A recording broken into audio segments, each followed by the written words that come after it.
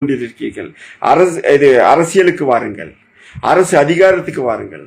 படித்த இளைஞர்கள் நீங்களாம் வந்தீங்கன்னா தான் அரசியல்ல சில இடங்களில் முரண்பாடுகளை களைய முடியும். இன்னும் எத்தனையோ அமைச்சர்கள், இன்னைக்கு மாண்புமிகு துணை முதலமைச்சர் கூட பாத்தீங்கன்னா இன்னைக்கு ஒரு அரசியலுக்கு ஒரு படித்த இளைஞர் வந்துட்டு சடனா ஒரு சட்டத்தை போடுறாரா இல்லையா?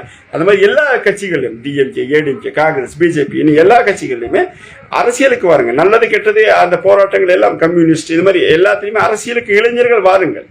அரசியலுக்கு நீங்க சட்டமன்றத்துக்கு செல்லுங்கள், மாமன்றத்துக்கு செல்லுங்கள், பாராளுமன்றத்துக்கு செல்லுங்கள். அதெல்லாம் விட்டு ஏழை எளிய மக்களை ஏமாற்றுவார்கள்.